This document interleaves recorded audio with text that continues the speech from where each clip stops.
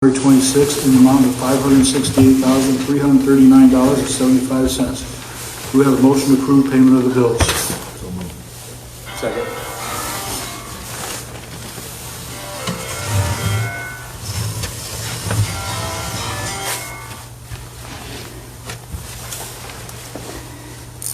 Any discussion? Just a question on the street lights for Ameren. Is that just for street lights and just for electricity? Like we're going to talk about it in a little bit, and we mentioned that it's $5 per month per light. Is that, like, do we have any idea if that's just for that? And so, like, roughly we have about 4,000 street lights. Can we make that? Can we make that inference from that number? So you want a little more of a breakdown of the Ameren bill? Well, I'm just trying to estimate, like, you know, Sure. kind of what we have and how it's distributed and what that, you know, I don't know if that's partly distribution or maybe traffic signals or other things, or I was just wondering. We'll get you a copy of the bills just so you can see, and we can share that too, just kind of, we have a lot that's on the Ameren bill, so it might just be easiest to get you a copy, show a copy so that you can see how all that's broken down. Okay, yeah, I think it'd just be interesting. Yeah. Anything else? Anybody? Please call the roll. Sorry, just making a note. Councilmember Baker. Aye. Councilmember Comnic. Aye. Councilmember Cernovich. Aye. Mayor Moore. Aye. Then we'll move on to public comments. If there's anyone who wishes to address the council regarding anything not on the agenda, please step up to the microphone and state your name. Please keep in mind that there is a 3-minute time limit per speaker, and speak loudly so that residents at home are able to hear what you have to say. No public comments, so we'll move on to new business. We're going to start with item A, presentation from Hutchison Engineering Pavement Index. This item is a presentation by Hutchison Engineering on the pavement index for the city of Kewanee. It's a condition of our streets. Okay. Thank you, Your Honor. Can you hear me? Okay. What? So yeah, I think, I don't remember, you guys could probably remember the last date I was here. We talked about the survey that we were going to do, and so we're excited tonight to bring you folks an update. We've been working with Chris and Casey off and on, and have updated them as we've gone along, and did a review, and we wanted to get back in front of you folks and kind of show you some of the data sets. So I actually said it was going to take her about an hour and a half or 2 hours to give this presentation, and so I told her maybe I would work with you to condense that down a little bit. So we're going to try and go through so you can kind of see the magnitude of what we did, but we'll try and keep this as brief and concise as necessary. So Ashley, if you can switch me to the next slide. Yeah, so I think this may not be totally necessary, but Shane Larson's here with us tonight. As you guys know, Shane, he worked with IDOT for many years before he came to work at Hutchison, and IDOT uses this condition rating scoring program, kind of what we have mimicked and what we use, and that's why I wanted Shane here in case there are any questions where you guys want to know more how some of the other agencies use this data, because you guys have got a lot of data available to you now, and I know you're going to be excited to see how you use it. And then myself, and I've been here enough times, I won't bore you through that, but Tom McGolan is also an IDOT retiree. He's from District 3, which is kind of over in that Ottawa area. He retired from IDOT, went to work for Hutchison. IDOT realized what a valuable asset he was, so we've got him under contract, kind of reassigned right back to IDOT. He's working for them as one of our employees, but he did the QCQA and did all the kind of the project management oversight on the data that we collected on this. And that, so I had to make sure we mentioned him. And then Ashley Kessler here, she's going to take the bulk of the presentation tonight. She led up all the field analysis, all the data collection and that. And then Muhammad Omar that worked with us out of Peoria office. Shane, it was a joint venture between Shane's office and our office in Moline. And so anyway, with that, then I'm going to, Ashley and I kind of went through today. We're going to try to keep this high level for you, Mayor, but we'll have we'll have some time and answer questions and whatever, and that why we're here tonight to go over with this. So Ashley, let me just bring this over to you. Yeah, probably easier to read this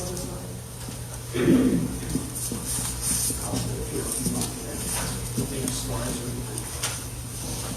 Okay, so as JD said, I'm Ashley. Sorry I wasn't able to say hello there. I was trying to work with all the technical stuff here.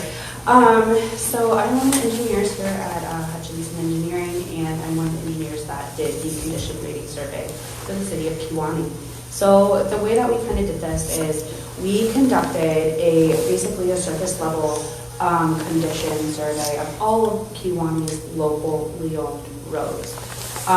That is about 162 lane miles worth of roadway. And the way that we did this was each road was driven, and it was me and my colleague Omar, and we would go through and systematically, while we're driving, we would also rate these roads utilizing an HEI distress guide. Now this guide is primarily based on Illinois DOT, their distress guide. There's just very minor revisions, which we'll kind of see that in some of the later slides. Inspectors, or so like me and Omar, discussed kind of in very elaborate detail while we're driving through here what we're seeing. Okay, so like what kind of distresses are out there. And we primarily focused on the severity of those distresses and the frequency of those distresses within the segment. When or if our scores differed, we would have a very in-depth conversation of, okay, why is one person thinking this way? Well, I'm thinking it's a 4.5, and then we would talk about why, maybe give examples, or if let's say he's thinking of a 5.0, and discuss, see if that made any change, and then basically average our ratings in the very end. This method kind of kept it subjective, but yet consistent. Right, so we have consistency throughout the rating system.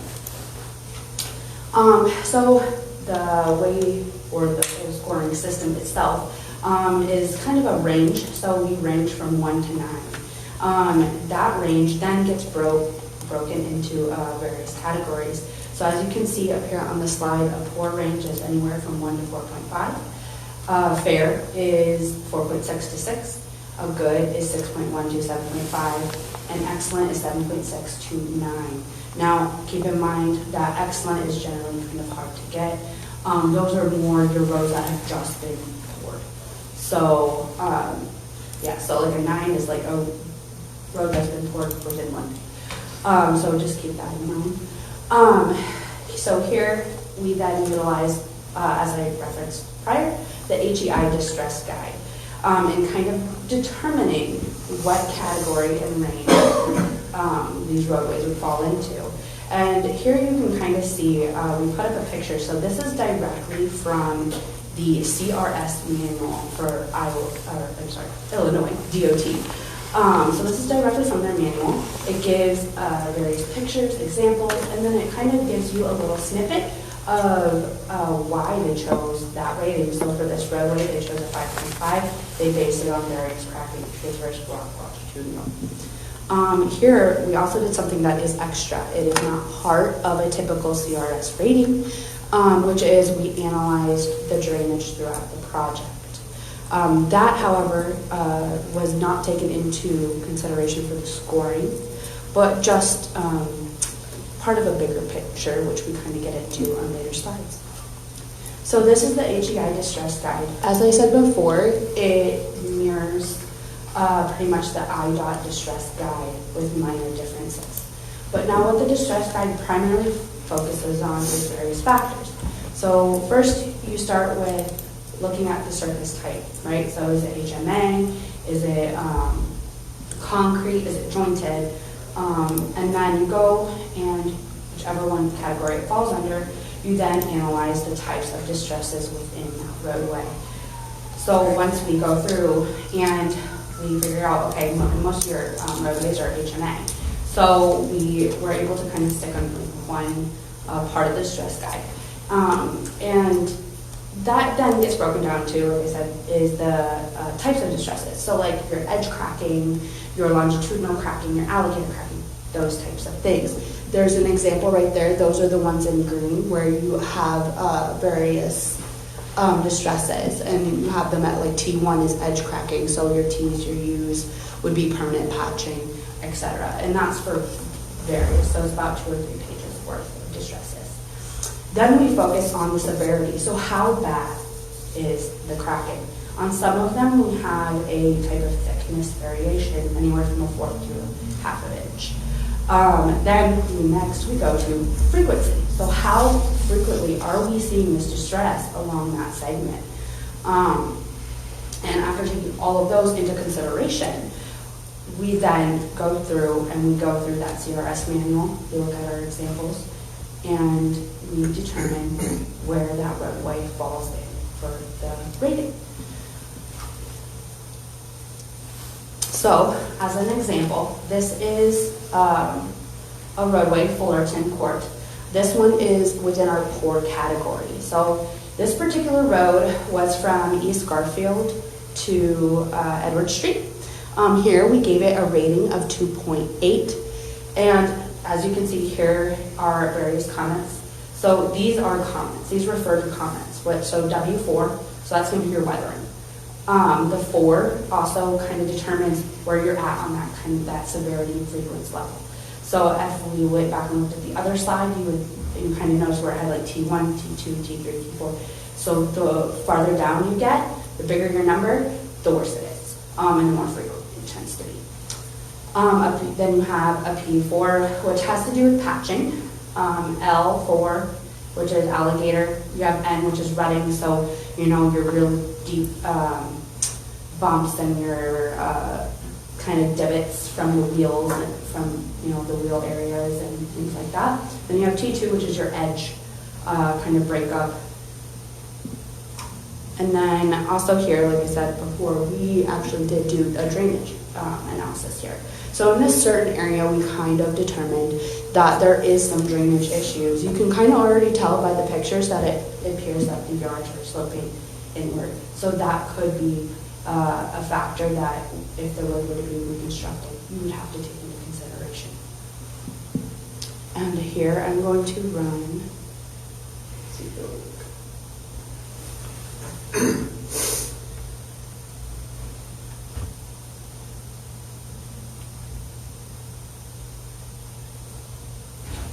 so this is part of what we took. This isn't what's called an Insta360 video.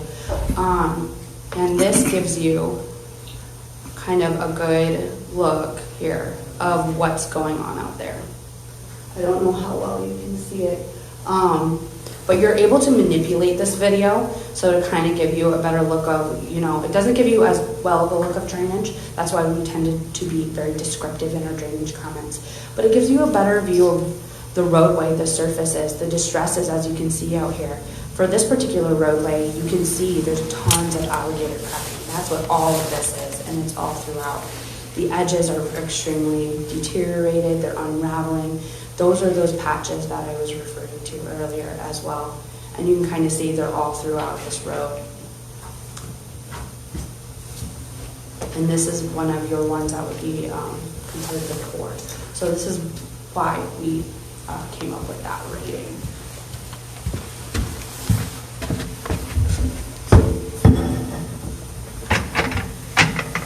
Now here's one, as another example, so this is going to be in the fair category. This is Park Road, from Cottage Street to Grove Street. Here we gave it a rating of 5.4. You can already kind of see that there's a lot less alligator cracking. It's not as oxidized, it's not as broken down. And then here are some of the ratings that we gave it: a W2 for weathering, the L for alligator, and then the U. And here we determined that there wasn't any drainage issues.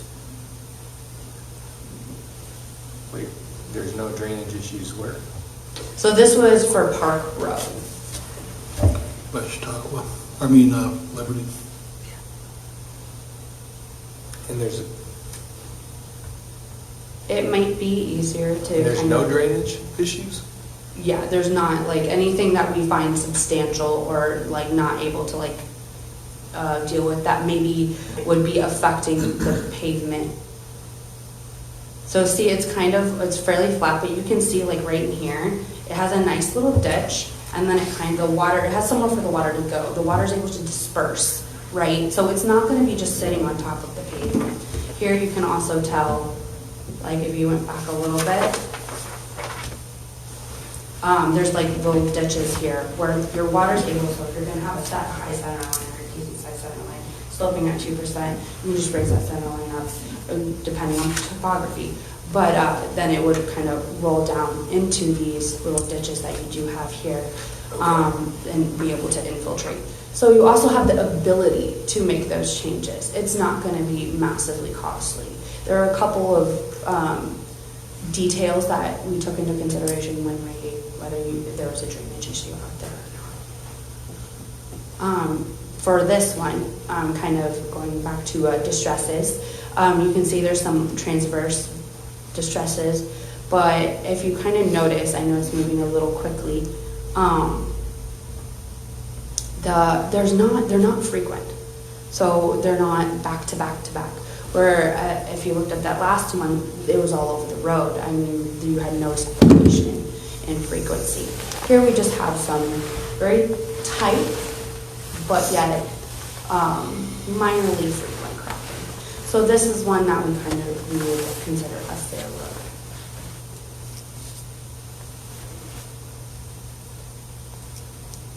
This one is good. I'm just going to leave this here so I don't have to keep duplicating the screen, if that's all right.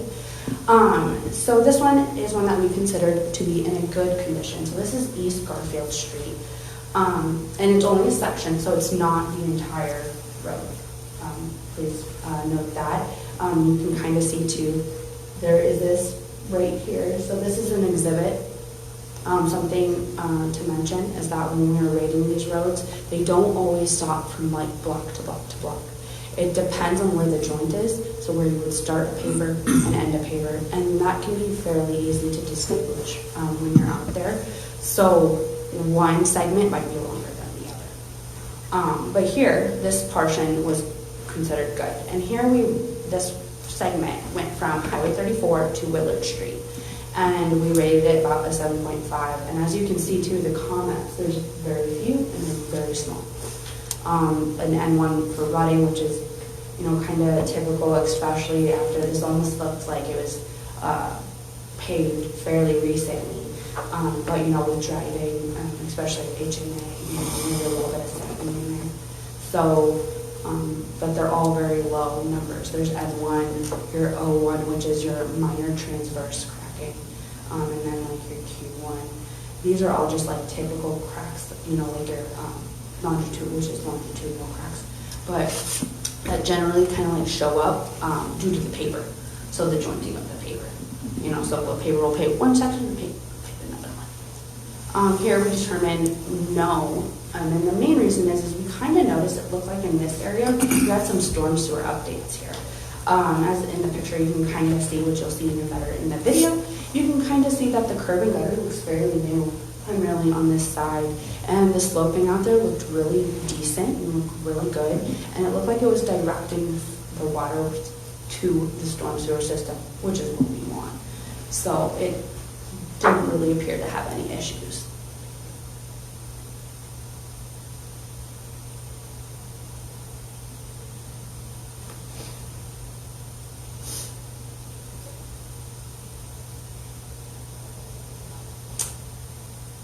This is what you would kind of consider good. And one thing too is, even though we have it in the video, you can see some of the longitudinal right here. There was like one right there. Sometimes they're hard to see in video, which is why it's really nice to have somebody out there kind of surveying, because you get a bigger picture when you're out there. There was like another little longitudinal, which is probably where like they may have done like a wide pave over in that area. So very small, but a typical crack.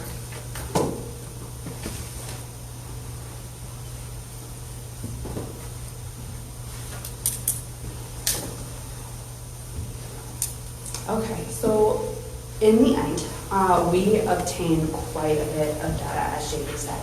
There was approximately 369 segments evaluated and logged.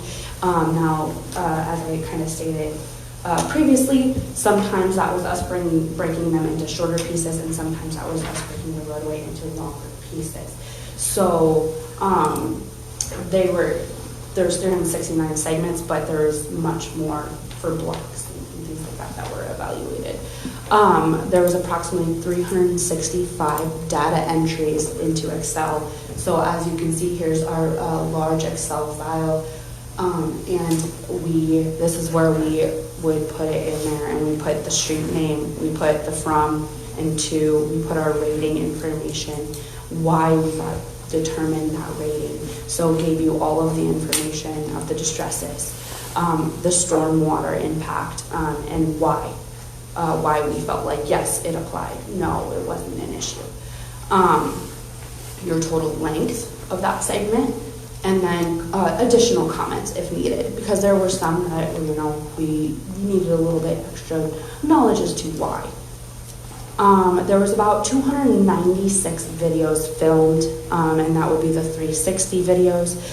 Keep in mind, 360 videos tend to take a lot more data than your normal video you would have on your phone. But there were 296 videos filmed, edited, and cataloged. That is this picture over here in the corner, right over here. There was about 9 pages of data logged, and a total of 307 gigabytes of data obtained. And this is actually after compression. So that would be about approximately 0.3 terabytes. So in the end, the results for Kewanee's roadways is you have about 2.32 miles or 2.9% of your roadways that would be considered in the excellent condition. Good condition is about 5.16 miles, which is about 6.3% of Kewanee's roadways. Fair condition was 27.7 miles, and which is about 34%. And poor condition was about 46.2 miles, 56.8% of the roadways. Now, we did have, as JD discussed, Tom. He is very familiar with this. He is the one who went and really kind of prepared us to go out and do this. He also did a QCQA of our work, and he did about a 1% review of our work and had decided that he felt we were right on track to where we needed to be and agreed with our results. Total miles that we evaluated was 81.38 miles, which equated to about 162 million miles. So now I'm going to give the microphone to JD. Thank you, Ashley. So just a couple things, and Mayor, I'll wrap this up quickly. But the tool, we all became pretty enthusiastic about it. I don't know if Casey and Chris had shared updates with you, but as we got to look at this, Tom looked at the data, and we had kind of anticipated he would do about 2% of the QCQA on it, and after he looked through it, he was really, really happy with it. And I think, Alderman, you had asked about the storm sewer. When we initially talked about this, I know storm sewer wasn't a part of what we're doing, but the administrator and I at the time talked about some of the stuff that we've just got some ditches, unfortunately, where the shoulders are higher than the road surface and that, and so we wanted to have them while they're already out there. They're in that neighborhood, and they didn't do any science with it, but they made notes. So Chris has got a lot of data, and got notes, and he knows where those remarks have been made as to what the drainage issues are going to be, so he can take a look at that as he's trying to do his prioritization. I know you guys, this is going to be quite a tool. As a matter of fact, I say we all got pretty enthusiastic about it. And I know there's a county that's a neighboring county to you now that wants to kind of take a look at this and see, because it's going to be quite a tool for you to use as you start bringing in the big picture stuff. I know, Chris, they're working on water, they're working on sewer, to try and see where your risks are, and kind of where your high exposure there is, and hopefully bring this together collectively, and that to start kind of identifying where you need to be budgeting and focusing your improvements. And not to take a deep dive in, and I know Shane can talk about it to more degree, but remember that first conversation I had when we came in is not to put all your money towards worst first. You know, we gotta start spending some money on maintenance, and if we saw, remember that curb of death that I talked about, and we need to catch some of those roads that are in that, you know, that fair condition, or, you know, up closer to that good condition, and maybe do some PM. And Chris and I talked about that, you know, when it comes to budget dollars, I know that's where you guys are gonna wanna put your emphasis as policymakers to decide, you know, how much needs to be spent on maintenance, you know, and that preserving what hasn't, you know, fallen over the edge yet, and then what you need to be spending on the repairs. You can hit that next slide, I guess, because like I say, I'll get this wrapped up. You know, iRoads is a tool out there that has all your collector roads in the community, all your arterials and that. You know, you can go out and see all the information that IDOT has on that iRoads website. And so they'll have your ADTs on there. You know, and one of the recommendations we're going to have for you as you look at this collectively and kind of more comprehensively with your utilities included is to maybe go out and on these local roads that we've done the scoring on, is maybe go out and try and use some of your local staff to help get some average daily traffic counts, get those ADT numbers in there. So when we're talking about priorities and you folks are going to sit here and make some, you know, high-level policy decisions, you'll know just exactly how much use that roadway is getting. You'll see, I mean, in the numbers that actually showed it, we broke this down into small little segments. I mean, you saw that one street that she was talking about, Park Row, I think it was .07 was the distance in miles in that. But if they saw something like, okay, the rest of the street's in a different category, but this section of the street is poor, okay, well, she wanted to get that compartmentalized so you guys can prioritize that properly. And so that's why they went to the great detail they did, because no better time to do it than when they're out there in the field. So, but anyway, with that, like I say, we're pretty excited. We can help answer any questions you got, but we're really excited to see this get into Chris's hands and have them work on this to try and put your priorities together. I guess one other thing I did want to tell you, we do a lot of bidding, we're getting projects out in that, so one other component, we got staff in the office giving you like typical cost per square yard for different concrete improvements, for different HOA improvements, for different things like that. So you guys have got some of that also as a tool that you can use for some of the latest bidding data, you know, on that. So as you're starting to try and put budget costs together on that, you'll have some good data for your staff to use. And that, like I say, we've been working on putting that collectively together with this. So this comes with, like I say, a little bit of value for being able to tie it to budget. So, Mayor, thank you. Thanks, Judy. Went a little longer than I'd hoped. Yeah. Well, I'm glad to hear you talk about the street maintenance programs. I've been in office close to 7 years now, and I've been asking for a street maintenance program from day one, and it pretty much fell on deaf ears. And I'm very anxious to get a street maintenance program initiated in Kewanee. I understand. Here's what I'll tell you. With this, and like I say, it's a lot of information, but I think you can make some of those decisions on where you put those resources now more fact-based than with feelings. I think you'll have the data to back up where you guys decide to push those resources. I appreciate it. Thank you. What will the final report look like? I mean, all we are looking at right now is a schematic of the city with this overlay of colors. Yeah, so there's a spreadsheet that goes along with that. It's very highly detailed, and we've been talking with Chris about, I think you guys are going to try and move this into GIS. And so when that happens, this actual video can be put. If you go up, you might be able to see somewhat like how this would work. If you import this data into like a GIS layer, it can be hyperlinked in, you know, where you could actually go to a street section. You could have it keyed in to where like this spreadsheet rating would come right up to it from a hyperlink. I'm trying to think of other communities that might do it. I mean, you can get real robust with it where it actually could probably be, I don't know if it could be scaled. Yeah, it could be scaled. It could be scaled. You know, I'm probably getting out of my lane a little bit on what the technology would allow, but if like your tiles, so all your aerial mapping in Henry County, the county has very robust and very extensive GIS tiles, the shape files for GIS and aerials. And if it's a scalable layer, then you could actually probably bring that in there with, the actual measuring tools and stuff. It could be scaled. And otherwise, it could still be hyperlinked and brought in. But yeah, all that information, the reporting information, and that is all ready for Chris and staff to dig into. And we'll share with you guys. So, I mean, I'm just a little concerned when I see 60% of the roads are fair or worse. It doesn't. There isn't a lot of clarity here. There isn't a lot of focus on what plan is going to distill out of this. So this data is great, but my biggest concern, and you may be hitting on this or maybe a different area, is where do we go first, right? Where does the rubber meet the road?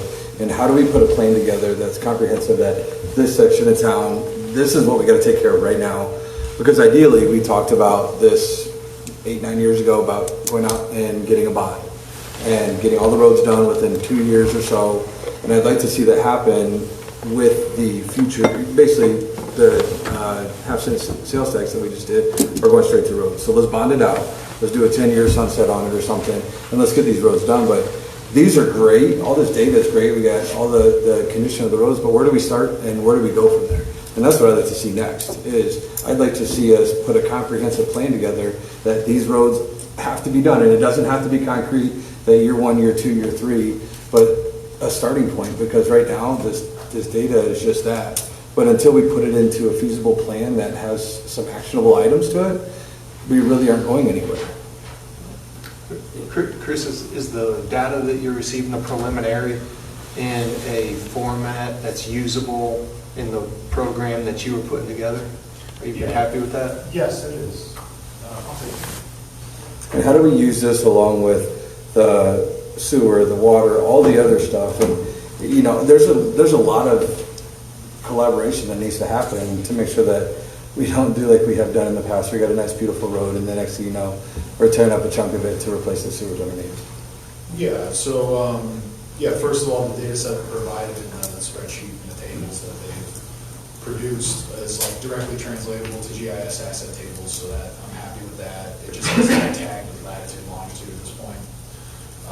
And then, as you mentioned, and I don't want to get too deep into the planning and prioritization here tonight, but there's a 60% of our roads are 4.5 or less or something like that, right? So there's a whole lot of number 4 in there. But when you start to dig into the details of what does that number 4 really mean, you start looking at, like Ashley was describing, the different issues that are there, and then we look at, well, does it need drainage or not? Is this a candidate? And the 3 things that she showed, right? The fair is a good candidate for a resurfacing, the poor would be a reconstruction, and the good would be a preservation. So for our half-cent sales tax, we would take an 80-20 split, 80% going to reconstruction, 20% going to preservation. We take that 20%, we start looking at candidates that are suitable for preservation. Candidates who are suitable for preservation won't be that far gone already.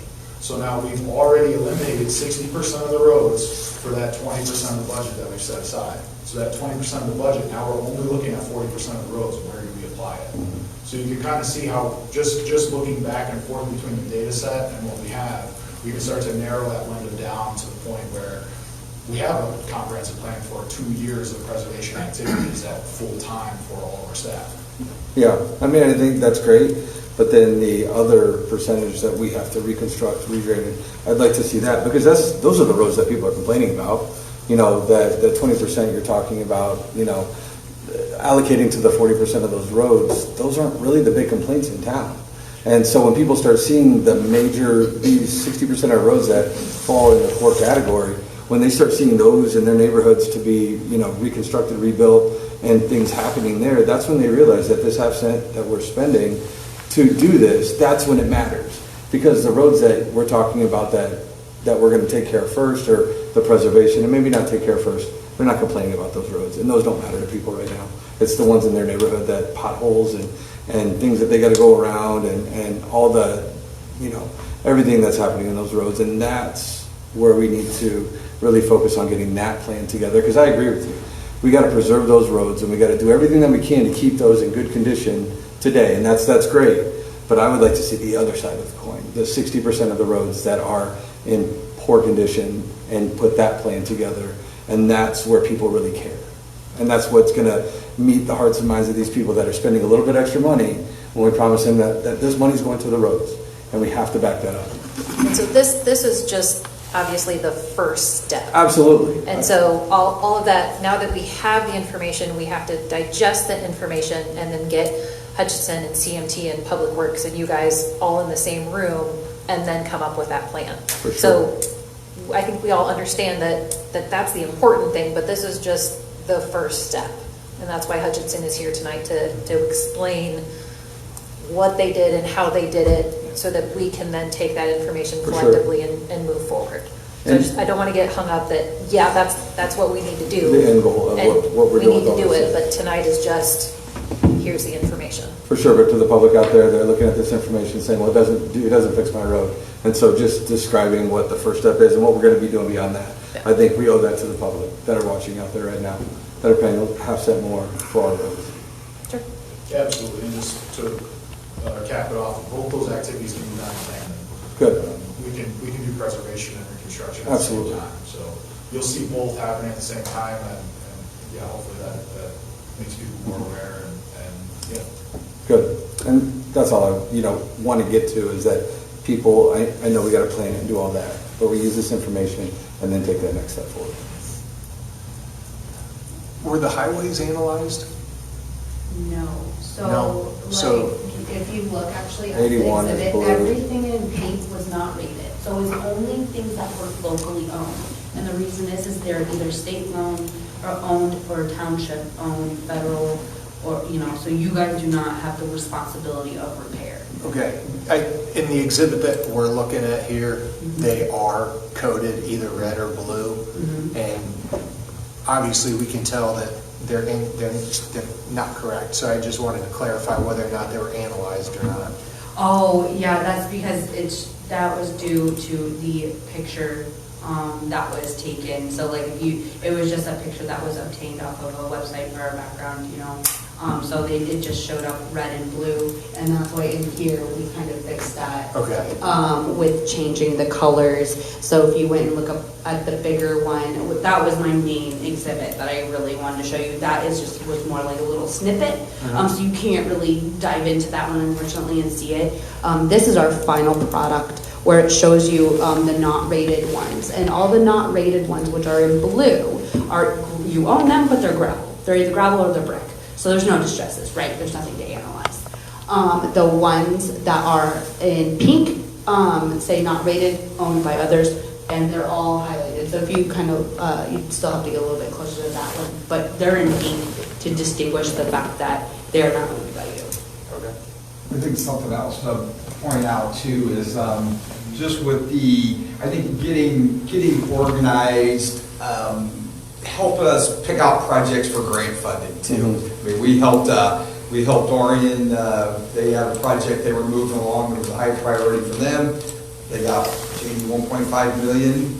1.4 million in grant funding. So I think getting the right projects picked out, maybe even moving some engineering along so they appear to be shovel ready, and then going after that grant funding. Between that program that we think is going to come around again this year and what appears to be legislative discretionary funding that seems to be back in the mix, I think there's some opportunities there to grab I'll say real money that you need to do those reconstruction jobs. Good. We're happy to look at that. Yeah. We got to get projects across the finish line. Yeah, I agree. And we've got about 3 of them that we don't have anywhere near the finish line. Agreed.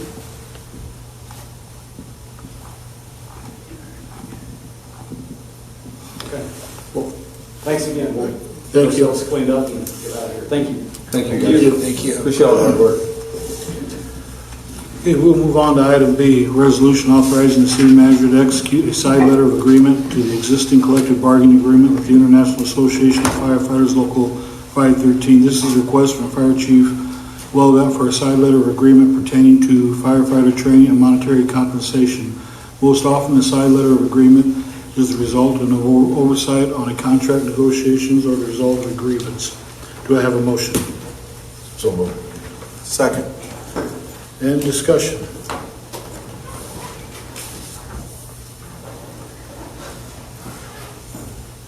Chief, remind me, was this an item that was not brought up during contract negotiations? It was an item that was already in the contract, and when we created the new officer position that this pertains to, it was an oversight that, hey, this could possibly happen. It's missed by both sides of the contract.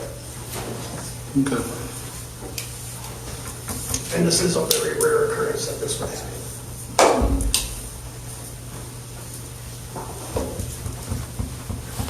So out of, and thank you for putting that novel together to kind of explain it. There was a lot of information in there, and I had to read it a few times. So thank you for doing that. That was a lot of work on your part, and I appreciate putting that together.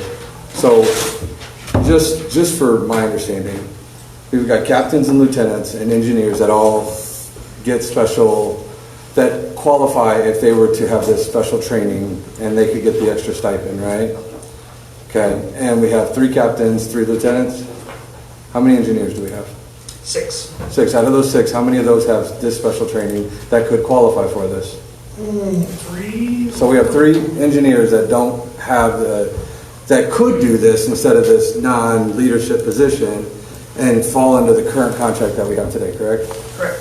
Okay. And so we have somebody outside of the scope that doesn't have a leadership and an engineer, captain or lieutenant, that has gone for something that would be needed by a leadership position to get the extra stipend. And so the 3 engineers that we have, why did they not go for this, or why don't we have them doing something like this? There's various reasons. Ambition, family. I mean, it's a lot of time on their part to get these certifications. Do they want to be this special officer? No, it's more work. You know, is the stipend in the contract enough for them to go and do this? It's different for everybody. The entire time I've been on the fire department, there's some people that want to do these extra things. Some people that don't. They just want to come to work and do their job. That's it. Yeah. And this is kind of where that falls into. If somebody who's dedicated to this position that was available, and it wasn't until later on that we realized, oh, wait a minute, we need to get this taken care of, because they did put in the work.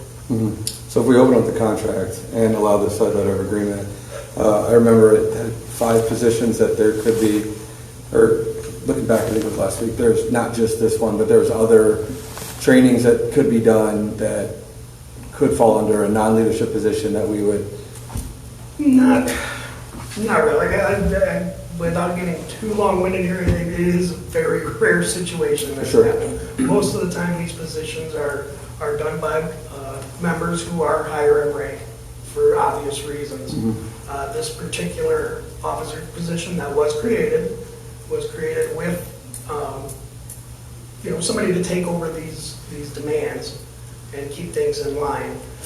And hazardous materials, I guess for lack of a better term, is not a glamorous subject. Some guys just don't want to do it. It's a lot of prep, and not a lot of action. So they don't want to take the time to do it. But to be clear, you're tying it to this special officer position, because if, like, the person that's holding that position right now rotates out of that job, even though they have this specialty training, they won't get that monthly stipend anymore. Someone else because this monthly stipend is tied to that position and ranks, right? The waiver is only if they're holding this special officer position. Correct. Yeah.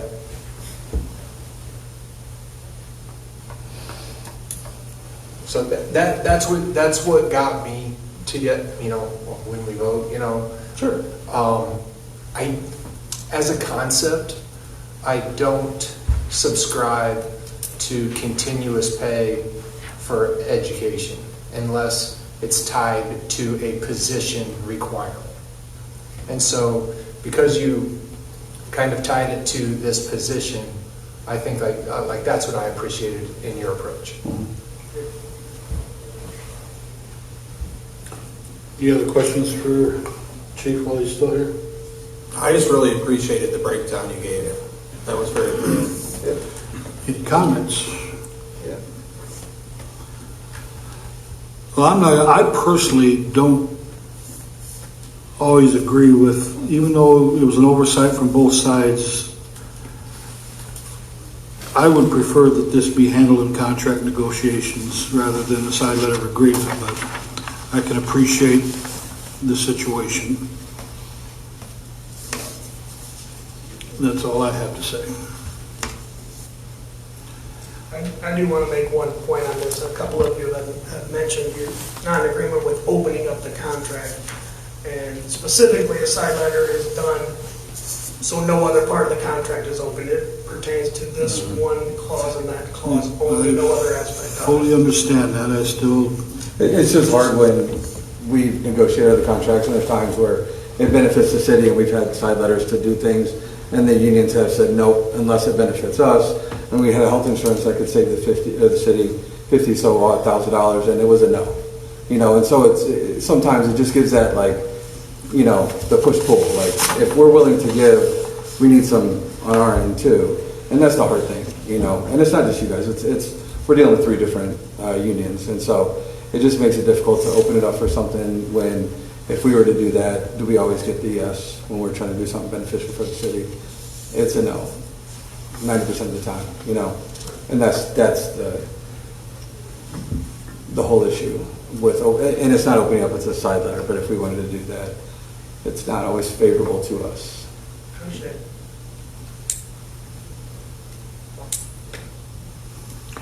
ready to vote? Yeah. Please call the roll. Councilmember Comnic? Aye. Councilmember Cernovich? Aye. Oh, sorry. Councilmember Colomer? Aye. Councilmember Cernovich? Aye. Councilmember Baker? Aye. Mayor Moore? It's with reservations. Aye. Item C, Bill number 26-06, resolution to authorize Ameren, Illinois to install streetlights in multiple locations for the purpose of improving public safety. The city has requested additional streetlights near 212 North Burr Boulevard, 417 Northwest Street, and 1215 East 7th Street. Do I have a motion? So moved. Second. And any discussion? Spurred from a conversation we had earlier, can we get the guidelines for where streetlights are placed, you know? I'm not against streetlights, but Yeah, so to add some specific, like what Ameren's guidelines are Yes. saying yes or no? yeah. Like if I call and I say I want a streetlight, you know, what do I have to adhere to? Yep. And to clarify, like, because I don't know that we've said it publicly, these lights were installed and the city was not charged for the installation. Correct. That's accurate? That is correct. And so moving forward, the city will, like, the electricity consumed by these lights will be added to our bill. Yes. Okay. Is that a rarity that we don't get charged for installation of them if we request No. it? Even if a public entity requests, they don't get charged, they get charged on their bill. Unless it's on their personal property. Got it. So Ameren doesn't charge us to install it, we just get the additional $5 or whatever, $6. six, Yeah. yeah, $5.82 or whatever it was. Yep. Okay. It's a safety thing. Yeah. So Yeah. I assume. Yeah. And recognizing that it's $5 on around there. Around there, yeah. Per light, doesn't seem like a lot, but that's also why I was asking about the 21,000, because Sure. $21,000 a month is a lot. So we want to make sure that we're. Pennies and dimes add up. Right, exactly.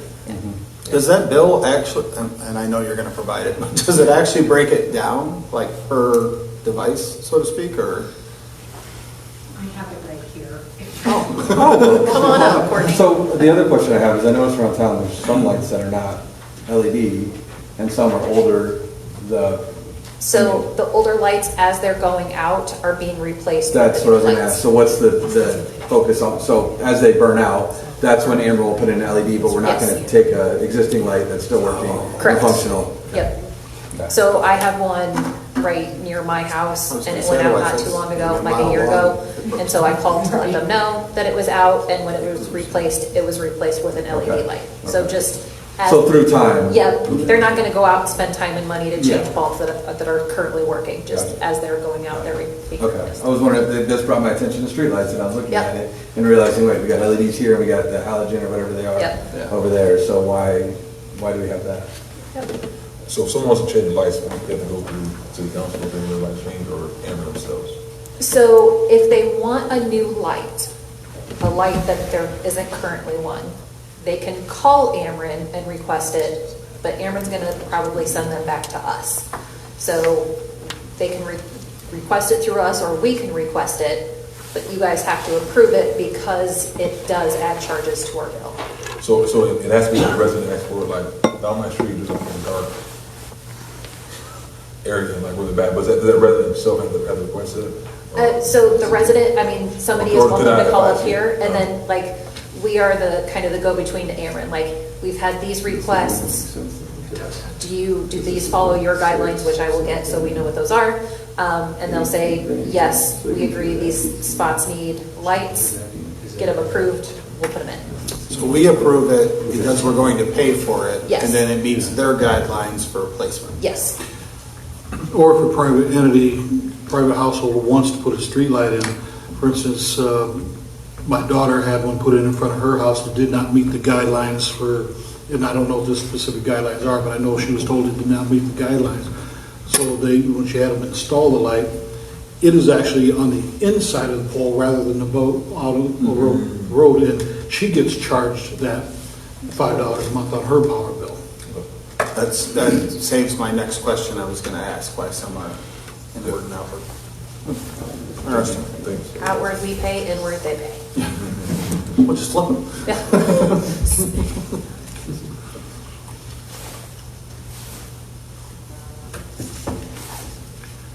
And we can send you guys a copy of that too, of that bill, so you can look at it.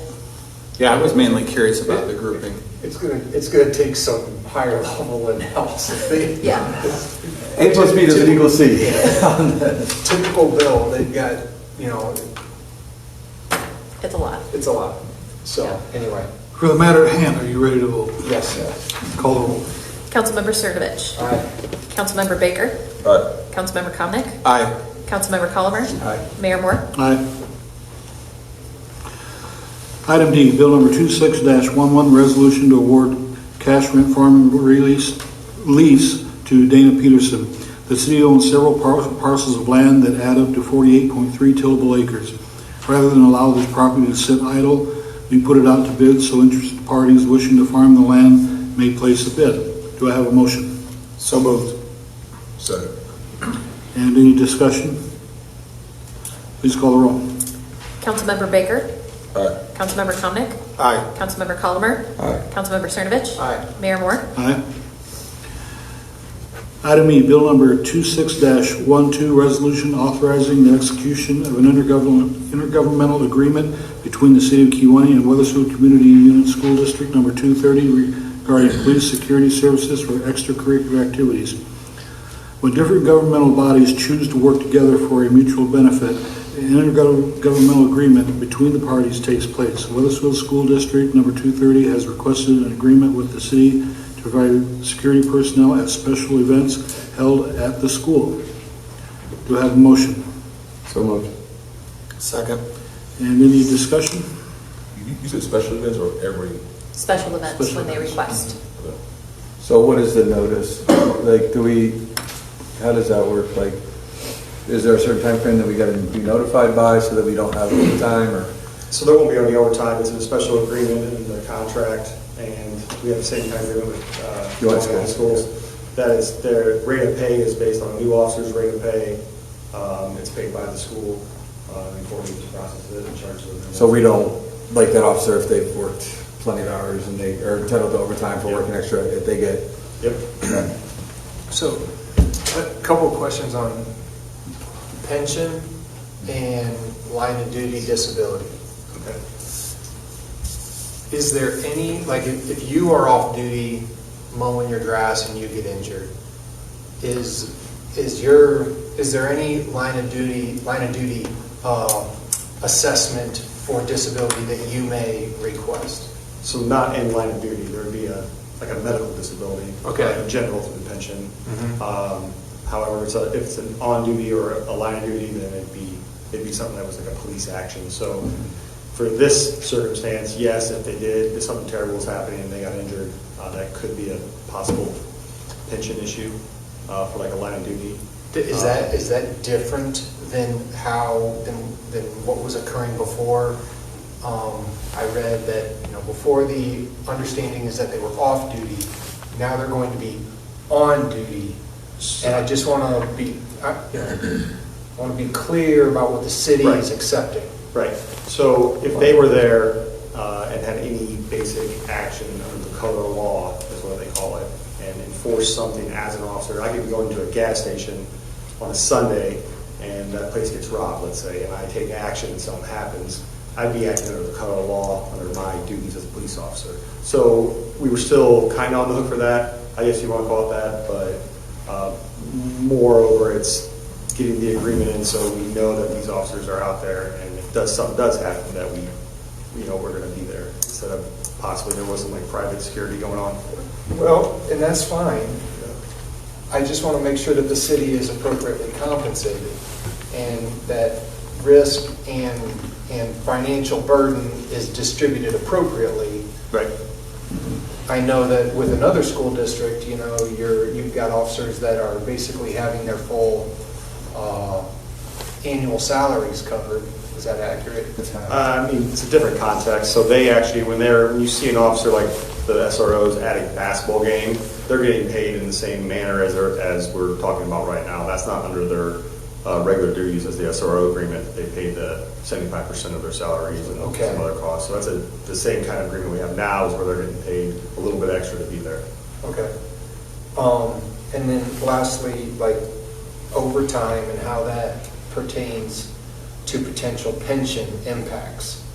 None. So it's not an overtime. It's a specialty pay, and it doesn't go towards, it's not pensionable. It's not pensionable. Right. Okay.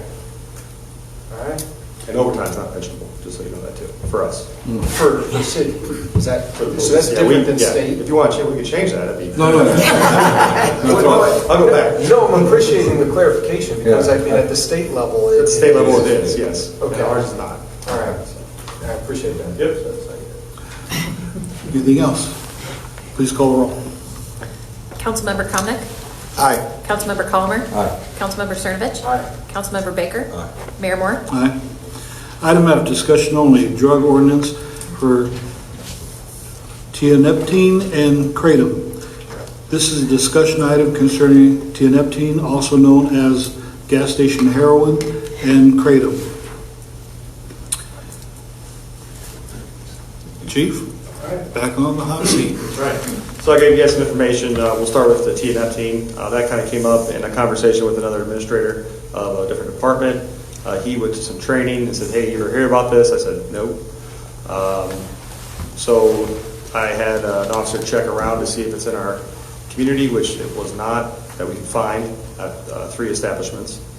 However, just kind of looking into it, it's something we don't want here. Just kind of get ahead of it if it did come here, because there are some places in town that may sell it at some point. They sell similar type products. So it's just something we don't want to have. You saw like the side effects and the name. Obviously, gas station heroin isn't really a good name to have. So it can at high doses cause some pretty significant effects on people and can be a pretty addictive substance. The officer I was talking with that was at that training actually went to a gas station to go find it in the city that he was in for the training. And during that time, he was talking to the owner, and someone walked in looking for it, and he described it as somebody that was like had drug-seeking behavior and showed pretty obvious signs of that. So it's just something to help keep our community a little cleaner. Is there any legitimate use for it? Not in the United States, no. It's not approved by the FDA. I was going to say, on both of them, I did some research too, and I mean, obviously it's the internet, you can find something to back up your point if you want. Right. So there's an internet precedent in like Europe and Asia, whatever. Nothing here. Yeah, and even that was kind of limited information. Yeah, they say kratom can be used to help with opioid addiction, but kratom itself will create an addiction. Yeah, and there's better options for that. Damned if you do, damned if you Right, don't. and there's better options for. It's like the vaping to quit smoking. Yeah. I know Mayo Clinic has issued warnings against the use of it also, and, you know, they seem to be the experts on the medical field. Absolutely. And then, so for kratom, I forgot to add that there is some legislation on the books for it. It's for minor sale. It's not legal to sell or possess as a minor, or to sell to or possess as a minor. I didn't put that in the packet, but I just wanted to let you guys know that. But other than that, it's available. It is here in town. Great. It's been here for a while. And it kind of came before for a little bit. I personally am very much in favor of adding this. Yep. So I can get some stuff for next time, and then, Yeah. like, I know we talked about like fine schedules before, and like with the cannabis one we did a little while ago, I can kind of follow that structure if you like. So it doesn't go to our general penalty. If that's what you guys want. And actually, I just received an email today also about these from a separate entity, and gave us, okay, yeah, and it was suggested ordinances. Yeah. So, If you're looking for any direction on like penalties, go to the max that were, you know, authorized by the state, you know, or whatever other governing. I mean, if we're gonna go to the trouble to say you can't be here, Yep. Make it worth it. make it worth it. Yep. I agree. All right. Thank you. Thank you. Chief. Okay, well, that concludes our new business, so we'll move on to council communications. Councilman Cernovich, it's your turn to go first. No, I don't have a lot. I appreciate, I've had some, you know, community involvement, continue to reach out to your council members from the survey that we had, reaching out that way, the community there. I've had some emails over the past week reaching out about different things, both positive and pointing out other areas that they'd like to see some improvement in. So keep that coming. We appreciate it. We're listening. I couldn't agree more. We don't get enough public input. Councilman Baker. Yeah, this is probably a question on Casey. So I just noticed a lot more, it seems like mental health people are like walking the streets in Kewanee. It's like, they don't seem to be all there. And I really have a concern for the city. There was I can't think of the center, but there was a mental health crisis center in Peoria that reached out to me. If they wanted to come to Kewanee, how would that work? Do they have to go through the city? What do you mean come to Kewanee? Like they want to build a place here. And so that's something that they have to basically talk to you. They're getting into the business. So something like the business then. Yeah, I'd say have them contact me and we'll get that conversation started. Yeah, You know, if they're gonna build a building, then Keith gets involved in all of that, but yeah. I can't think of the young lady that does the grants for us. She said there's Katie. grants out there that for that. That was been a concern of mine, and since I retired, I really want to look into that and see if there's something on it, because it seems like There's nothing local. There's nothing local. I mean, there's one, I won't mention her name, young lady that walks around and screams, yell all the time. And it's a concern of mine. So yeah, I'm definitely looking into that, and I'm gonna get it. Yeah, and I know the police department has been working with the WISE deflection program, and that's one of the things that they offer is mental health services. And granted, you can only offer, you can't make them take, Right. but that is something they've been working on as well. But yeah, just have them call me and we'll get that conversation started. Thank you. So Councilman Comnick. I got to take Councilman Baker's turn this time, and I have nothing. Councilman Gollman. I only have something for tonight. I just want to thank Public Works. I saw them out working when it was freezing cold out there, sub-zero. They were fixing some water issues right next to Walgreens there, and there was another crew somewhere else, and I couldn't imagine working in these harsh conditions, but they go out there day in and day out and get these water mains, the sewers, things fixed, and they don't get enough praise for being out there because they're out there hours on end. So just thanks to them. They're, unsung heroes of getting things done to make sure we have fresh water, our sewers, sanitation are working, and they do it without any kind of accolade. So seeing them out there that one day was super cool. Another appreciation for the work they do. So thank you to Public Works and Chris, your department, for going out there and make sure our city's running. We have absolutely fantastic service departments in this city.